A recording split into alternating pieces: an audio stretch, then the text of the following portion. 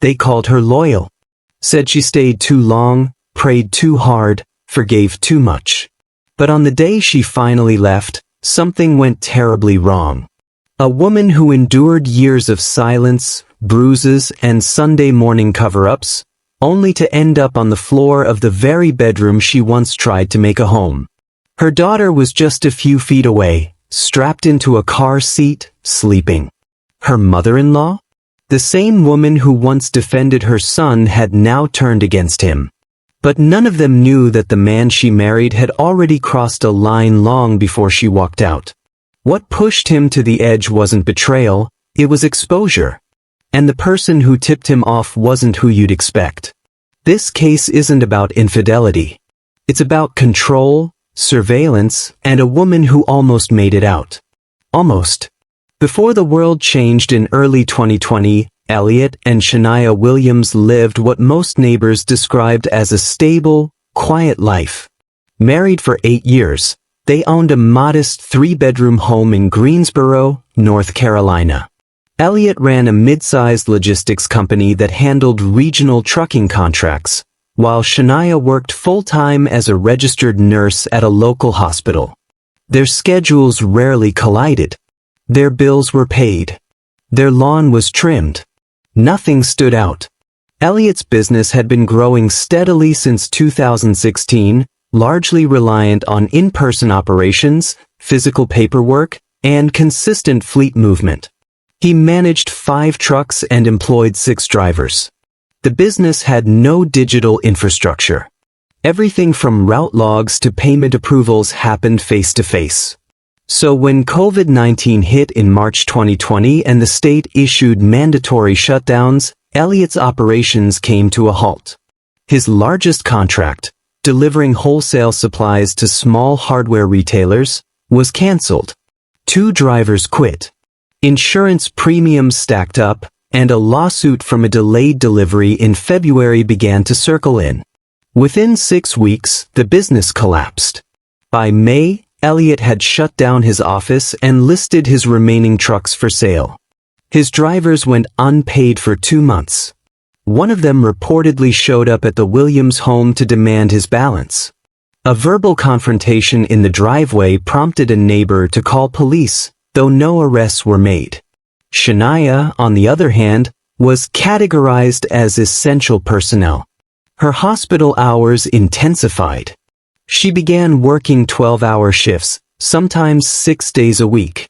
The exhaustion was visible, according to Patrice Williams, Elliot's mother, who visited occasionally to drop off groceries. Shania started paying the mortgage, utility bills, and even covered one of Elliot's business debts out of her savings. By fall of 2020, her name appeared alone on several payment receipts. Elliot began withdrawing. According to statements later given by Patrice, he stopped answering calls from friends and no longer showed up to weekly family Zoom calls. Shania reportedly confided in a coworker that she had become the only one cooking, cleaning, and keeping the household running. Despite everything, she never missed a shift. The financial imbalance grew heavier.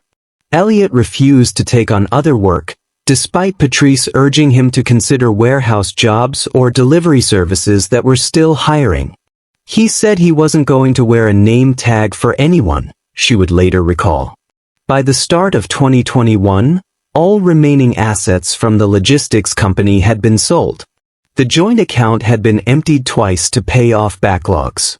Shania opened a separate checking account under her name. She did not close the original one, but bank records would later show that only her paychecks continued to hit it. The change wasn't just financial. According to Patrice, Elliot stopped talking about the future. He skipped their wedding anniversary in March 2021. He missed Easter dinner. Not long after, Elliot stopped attending church altogether. Prior to the pandemic, he had been a consistent presence, seated beside Shania every Sunday, active in men's fellowship meetings. But after the lockdowns eased and in-person services resumed, he refused to return. When Shania invited him, he scoffed. "God didn't help my business, did he? he reportedly snapped one morning as she got dressed for church. Eventually, Shania stopped asking. When she streamed services at home, he deliberately played loud music or blasted the television. Shania tried to keep up appearances. She continued posting scripture verses online, shared photos of family dinners, and wore her wedding ring in public. At work, she spoke little of what was happening at home. But Patrice, who remained close to her daughter-in-law, observed the cracks forming. According to Patrice, Shania once broke down during a brief afternoon visit, saying, "I'm doing everything I can. He's just not there anymore." Around that same time, Elliot's behavior outside the home raised concerns. He began frequenting a local bar near East Market Street. Bartenders there would later confirm he was a regular by fall of 2021. He often came alone, stayed for hours, and flirted with women openly. Receipts retrieved during the investigation showed several bar tabs charged to the joint account, all dated during Shania's work shifts. Neighbors reported seeing unfamiliar cars in the driveway during odd hours. One neighbor recalled a woman in her 20s visiting repeatedly over a 3-week stretch. Another described hearing loud music and laughter from the backyard when Shania was at work. No disturbances were reported to police, but community interviews confirmed a change in traffic around the Williams residence. Shania, meanwhile, kept trying. She bought him a new Bible. But Elliot's behavior continued to spiral. In February 2022, during a Sunday morning argument, he threatened her with a knife after finding her getting dressed for church. He didn't touch her, but he raised the blade, pointed it at her chest, and told her plainly, "If you step foot in that church again, you'll regret it." According to Patrice's later statement, Shania called her that same day, shaken but calm. She didn't call the police. She didn't leave. She stayed home the next 2 Sundays, quietly streaming services from her phone while Elliot smoked at the kitchen table. Patrice was alarmed. She drove over unannounced twice that month. On both occasions, Elliot refused to come out of the bedroom. He claimed he was sick, but the smell of liquor in the house told a different story. She tried reasoning with Shania again, this time bringing up the danger of raising Charlotte in that environment. But Shania held firm. "I made a vow," she said, "and I still believe in it." Not long after, Patrice reached out to someone Shania used to confide in, LaToya Green, a longtime friend from church. LaToya had known Shania since their early 20s and had once led a women's Bible group together with her. They hadn't spoken much since the pandemic disrupted regular gatherings, but Patrice believed LaToya could get through to her. LaToya came over the following Friday evening. Patrice had warned her not to push too hard. LaToya arrived with a bag of groceries and a calm tone. According to her later account, Shania looked exhausted but greeted her warmly. They sat in the living room for over an hour while Elliot stayed in the bedroom. Charlotte was asleep upstairs. LaToya eased into the conversation, asking about work, faith, and marriage. When she asked directly about Elliot, Shania gave a tired smile and said, "He's just going through something. God can turn it around." LaToya left that night feeling unsettled. In a text to Patrice, she wrote, "She's not ready to hear it. She still thinks she's helping him." The woman who once organized marriage retreats and led devotionals had become quiet, isolated, unreachable. But still she stayed. Because in her mind, leaving meant giving up on a man God hadn't finished with yet. By mid-2022, the signs of abuse could no longer be explained away. Patrice Williams noticed the shift first, small things. Shania started wearing long sleeves to Sunday dinners, even when the heat outside pressed past 90 degrees. She stopped bringing Charlotte over as often. When Patrice did see her, Shania offered vague reasons for bruises. "Just a little bump," she once said, waving off a purple mark near her collarbone. Then the police came. The first call came in July. A neighbor reported a disturbance at the Williams residence just after 10 p.m. Officers arrived to find Elliot shirtless, standing in the front yard, yelling into his phone. Shania answered the door when they knocked, visibly shaken but not visibly injured. She declined to press charges. Elliot claimed it was a marital disagreement, and both were warned. No arrests were made. The second call came just 6 weeks later. This time, it was Patrice who dialed 911 after receiving a panicked call from Shania around midnight. The police arrived to find a broken glass table in the living room, Charlotte crying upstairs, and Shania with a swollen lip. Again, she refused to press charges. When questioned by officers, she claimed Elliot hadn't hit her, she had fallen during an argument. Despite visible injuries, no one was taken into custody due to lack of cooperation from the victim. Patrice stayed the night that time. According to her later statement, Charlotte clung to her through the night and refused to let go the next morning. Shania, despite the injury, prepared breakfast and went to work the following day. Brenda Ellison, Shania's mother, was made aware of the situation around this time. Patrice had called her directly, bypassing Shania's wishes to keep it private. Brenda offered to take both Shania and Charlotte in, but the offer was turned down. Shania maintained that she didn't want Charlotte growing up in a broken home. She said Elliot just needed time. God will change him, she said more than once. She wasn't staying for herself anymore. She was staying for Charlotte. In early November 2023, Shania Williams made a quiet visit to a law office on Spring Garden Street, just 2 miles from the hospital where she worked. Records later confirmed she met with a family attorney specializing in contested divorces. She arrived alone, signed in under her full name, and paid the consultation fee in cash. The meeting lasted 47 minutes. According to the firm's intake form, she inquired about child custody, property separation, and how to file without alerting her husband. That same week, she began compiling evidence. Photos of injuries. Screenshots of threatening messages Elliot had sent during arguments. Copies of past police response reports.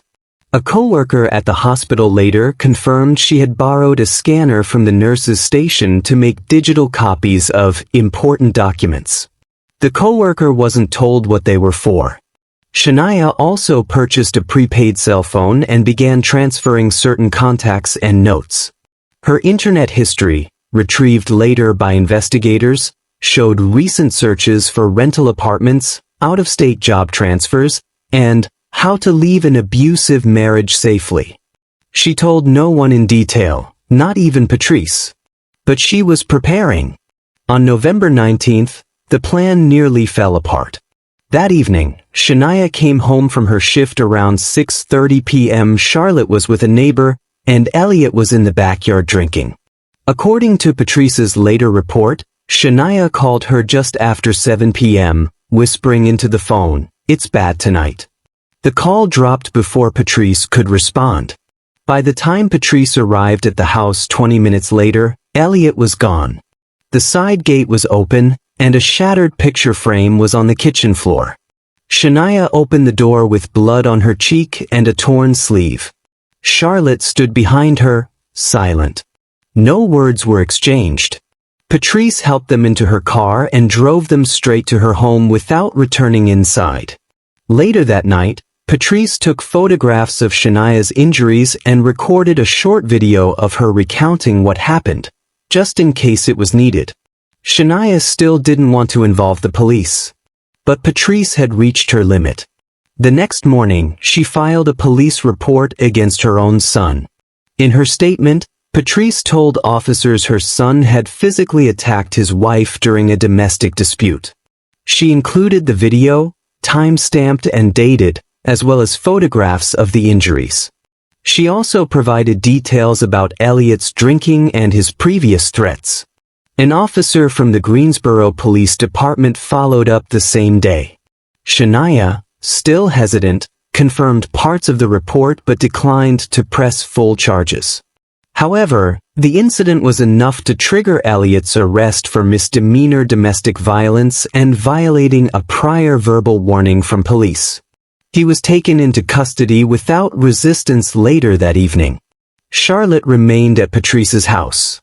Shania took a few days off work and stayed in the guest room, alternating between naps and pacing the hallway. It wasn't the first time she'd been hurt, but it was the first time she didn't go back. Elliot Williams was arrested on the evening of November 20, 2023.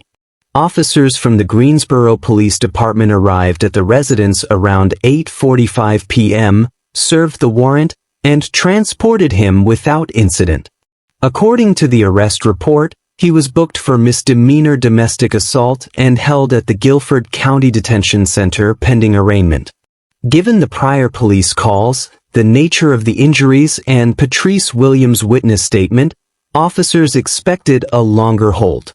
Instead, Elliot was released just 48 hours later.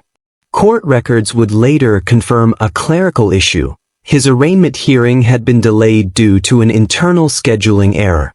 Without an immediate magistrate ruling or formal restraining order, he qualified for standard bail. A relative from his father's side, not directly connected to Patrice, paid the $2,000 bond. No family members on Patrice's side were notified until he was already out. Patrice was livid. She had not been informed of his release until Elliot showed up at her doorstep 2 nights later, banging on the door around midnight. She didn't open. She called the police, who arrived to find Elliot gone. A formal protective order was filed the next morning, barring him from approaching her home or contacting Shania. It started with a conversation in early December. Patrice had introduced her to a friend of the family, Noah Jackson. He was a 36-year-old former police officer who had recently resigned after 12 years of service in Raleigh. The two met during a short visit Patrice arranged under the pretense of holiday company.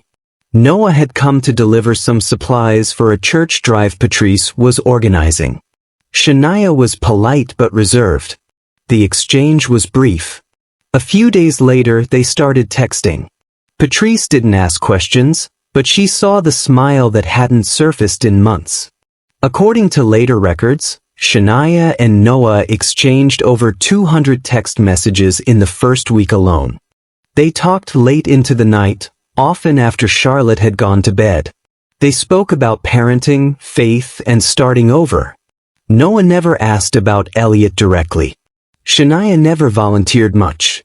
By the second week of December, they began spending time together outside the house. Short walks, quiet lunches.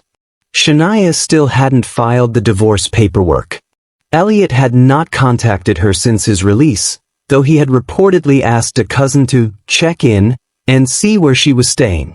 That cousin never showed up at Patrice's home. For the first time in a long time, Shania wasn't just surviving. She was breathing, smiling again.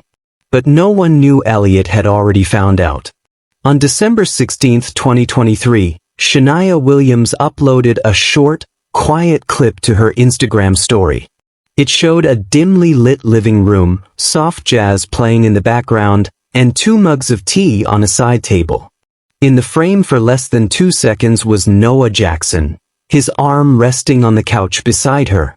He didn't look into the camera, and nothing romantic was overt. Still, the intimacy was there, in the tone, the calm, the comfort. The video disappeared in 24 hours. But not before it was seen. According to data pulled from Elliot Williams' phone after his arrest, he had created a fake Instagram account weeks earlier. Though Shania had blocked his main profile, he used the alternate handle to monitor her posts, friends, and tagged locations. He viewed the story minutes after it was posted, then replayed it twice. From that point forward, his text messages took a sharper tone.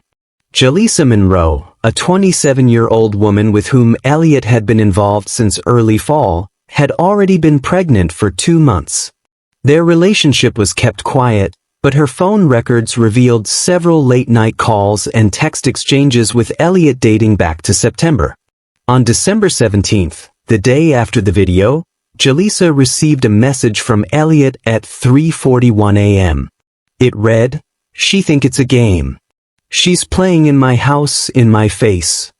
Investigators later confirmed that Elliot had made no mention of Shania's affair prior to seeing the Instagram post.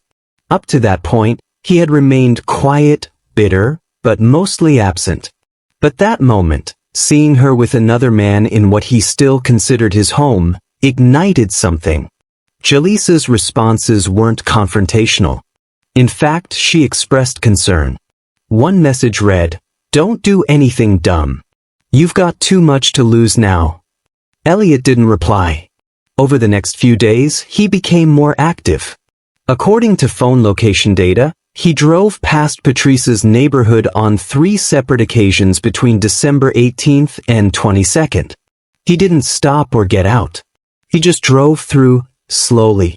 On December 20th, he searched for "how to track someone's phone without them knowing" and "can deleted texts be recovered?"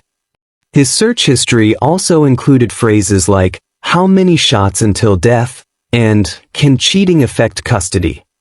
What no one knew, least of all Shania, was that Elliot had told Jaleesa weeks earlier he was done being embarrassed. During an argument on November 30th, Jaleesa had asked when he was going to officially leave his wife. Elliot reportedly told her, "She'll be gone soon. One way or another." Jaleesa brushed it off at the time. She assumed he meant divorce. But in retrospect, her messages to him after the video hinted at deeper knowledge she never reported until after the murder. As Christmas approached, Shania remained unaware. She didn't know Elliot had seen the video. She didn't know he'd been circling Patrice's street. And she didn't know he had already been imagining an end long before she ever began again. On the morning of January 4th, 2024, Shania Williams made a decision. She was finally going back to the house, not to reconcile, but to pack up her things and close that chapter for good. She'd spoken with a rental agent the night before and put down a deposit on a 2-bedroom apartment near Holden Road. The move was scheduled for the weekend. But first, she needed her belongings: clothes, documents, a few items for Charlotte. She planned the visit carefully. According to phone records and text transcripts, she contacted her old neighbor, Denise Porter, around 8 a.m. Denise lived 2 houses down from the former marital home and had occasionally helped babysit Charlotte before the separation. Shania asked if she'd noticed Elliot coming or going. Denise stepped outside, scanned the driveway, and replied, "No car. Hasn't been there all morning." Confident he was away, Shania sent Noah a message. He'd already agreed to drive her. She packed a few large totes, brought a backpack for Charlotte's toys, and left Patrice's house just before 10:15 a.m. Charlotte, 2 years old and drowsy from a snack and cartoon, was buckled into the back seat of Noah's car. They planned to be in and out within 30 minutes. But there was another text that morning Shania never saw. At 10:04 a.m., LaToya Green sent a message to Elliot Williams. "She's on her way to the house. Just left Patrice's." LaToya, a longtime friend of Shania's from church, had kept in touch sporadically throughout the separation. Unknown to Shania, she had also remained in contact with Elliot. She believed her involvement was righteous, an effort to help fix the marriage by keeping Elliot informed. She had no knowledge of his abuse history or the recent arrest. In her view, Shania was being influenced by outsiders, and Elliot just needed an opening to talk things through. What she didn't know, what no one knew, was that Elliot had told another acquaintance just days earlier, "Let me catch her slipping one time." Just once. The timing lined up almost perfectly. At 10:28 a.m., surveillance footage from a neighbor's security camera captured Noah's car pulling into the Williams driveway. The footage was later retrieved during the investigation. Less than 5 minutes later, Elliot's car passed through the rear alley behind the property. That footage came from a city-installed traffic camera, placed at the end of the block for unrelated monitoring. LaToya's message had done exactly what Elliot hoped for. It gave him a head start. Shania unlocked the front door using the spare key hidden in the meter box. Noah followed behind her, carrying 2 empty totes. Charlotte remained asleep in the car, parked in the shade. The house was quiet. Nothing appeared disturbed. The last text from Shania's phone, timestamped 10:35 a.m., read simply, "We just got here. Shouldn't be long." It was sent to Patrice. She never sent another message. Noah's phone was silent. Elliot's was on airplane mode. And inside the house, just feet away, one person thought they were packing up a new life, while another had already crossed the threshold with a weapon under his coat. What began as routine packing turned brief and private. According to Noah's later statement, he and Shania paused near the closet, laughed about an old photo, and sat down on the edge of the bed. It wasn't planned, but the moment felt safe, final, but peaceful. They began to kiss, then it progressed further into cuddling. Within minutes, they were fully engaged in the act, unaware of the silence moving around them. Elliot had entered through the back. Investigators later confirmed that the rear kitchen door had been unlocked.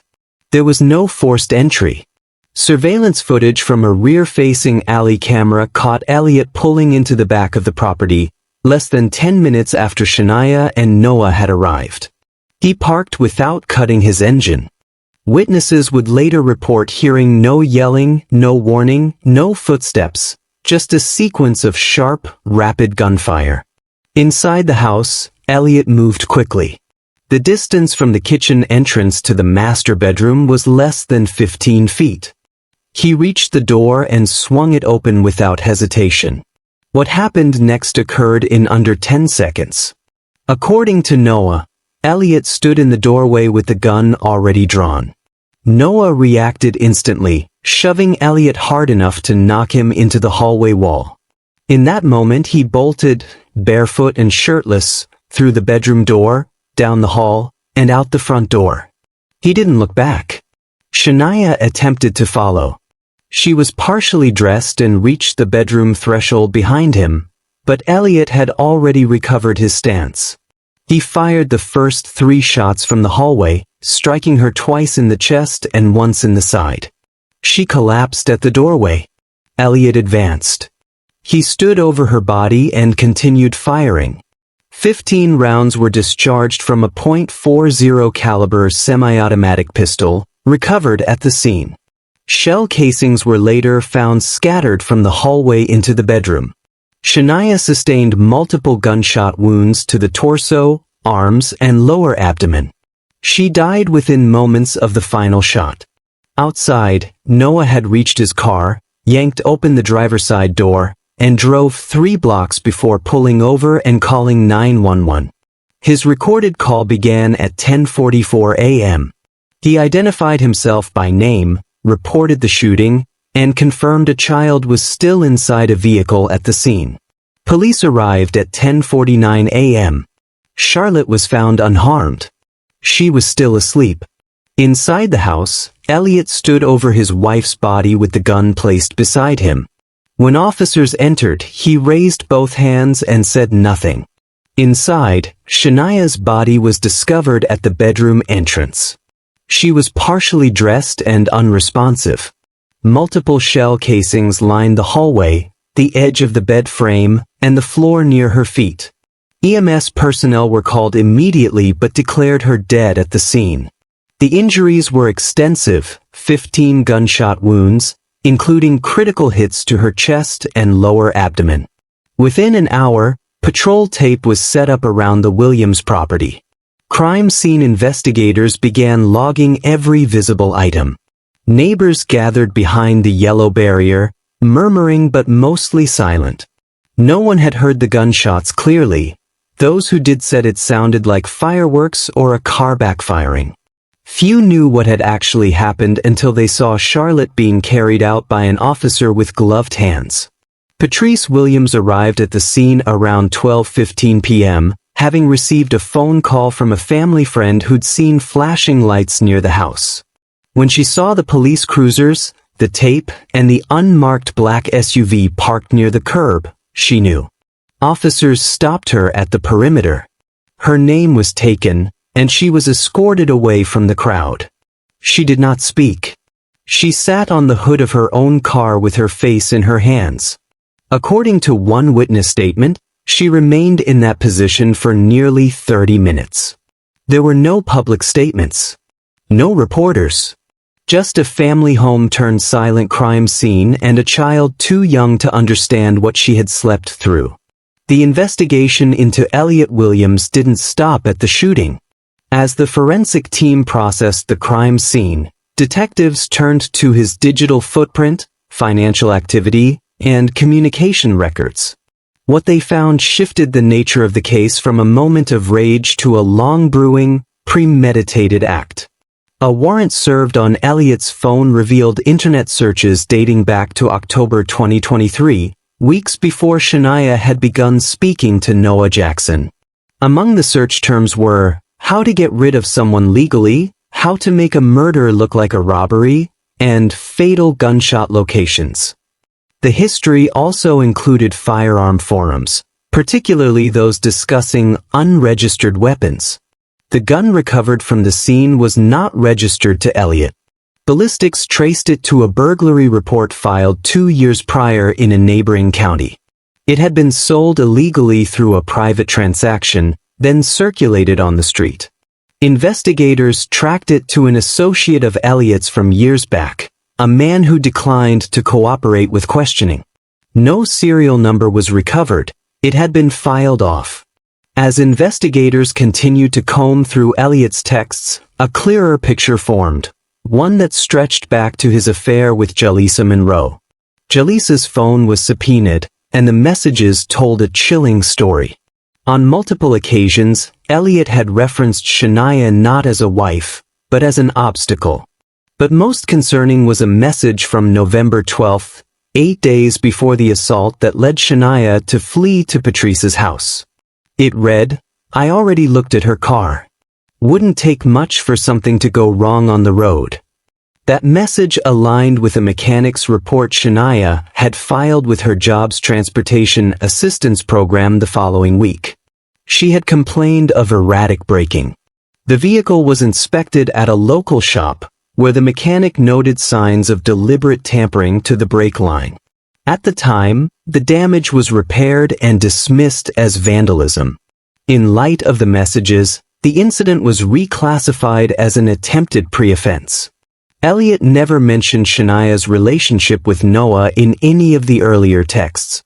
All signs pointed to the fact that his anger, control, and intent to harm began long before she moved on.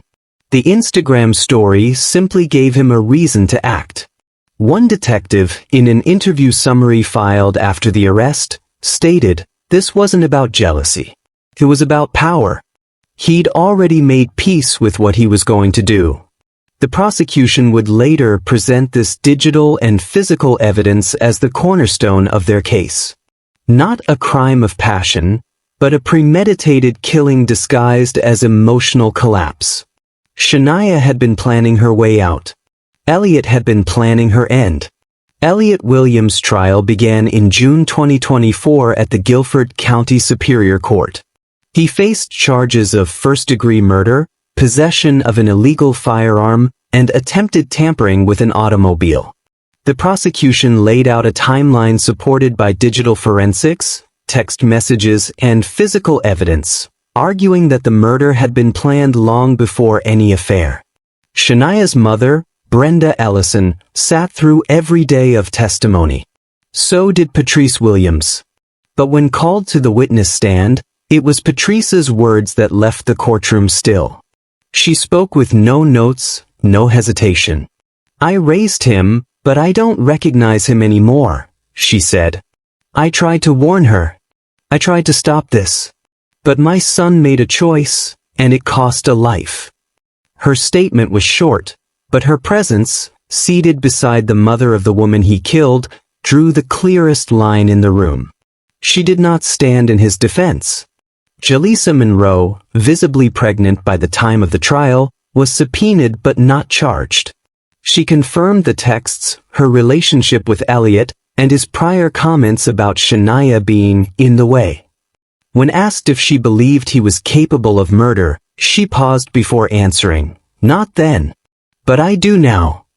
LaToya Green was never brought to court, but her involvement wasn't ignored. Her text tipping off Elliot was introduced during cross-examination. Though she claimed she didn't intend harm, her name surfaced frequently online afterward. Community members who once admired her for her work in the church began distancing themselves. The backlash grew quietly but consistently. Some called it betrayal, others called it negligence. She never issued a public statement. Custody proceedings for Charlotte were handled separately but finalized swiftly. With Patrice's support, Brenda Ellison was granted full legal and physical custody. A family court judge cited emotional stability, proximity to extended support, and demonstrated care in the ruling. Patrice remained involved by agreement, with scheduled visitation. Charlotte, now 2.5, had begun daycare 3 times a week and attended weekly therapy designed for children exposed to domestic trauma. Her vocabulary was growing. So were the questions. Brenda kept a notebook of everything she might need to explain one day. On the final day of trial, Elliot Williams declined to speak. He showed no emotion as the sentence was read: life in prison without the possibility of parole. The judge cited the volume of evidence, the calculated nature of the crime, and the presence of a child during the act as aggravating factors. There were no outbursts, no applause. Just a man escorted quietly from the courtroom and a family left to sort through the wreckage. After sentencing, Patrice stood outside the courthouse with Brenda. They didn't speak to reporters. They stood shoulder to shoulder watching cars pass. Inside Brenda's purse was a folded drawing Charlotte had made that week. Crayons on construction paper, a stick figure girl between 2 women. No father. No explanation. Just 3 smiling faces under a crooked sun. There were no winners. Only survivors.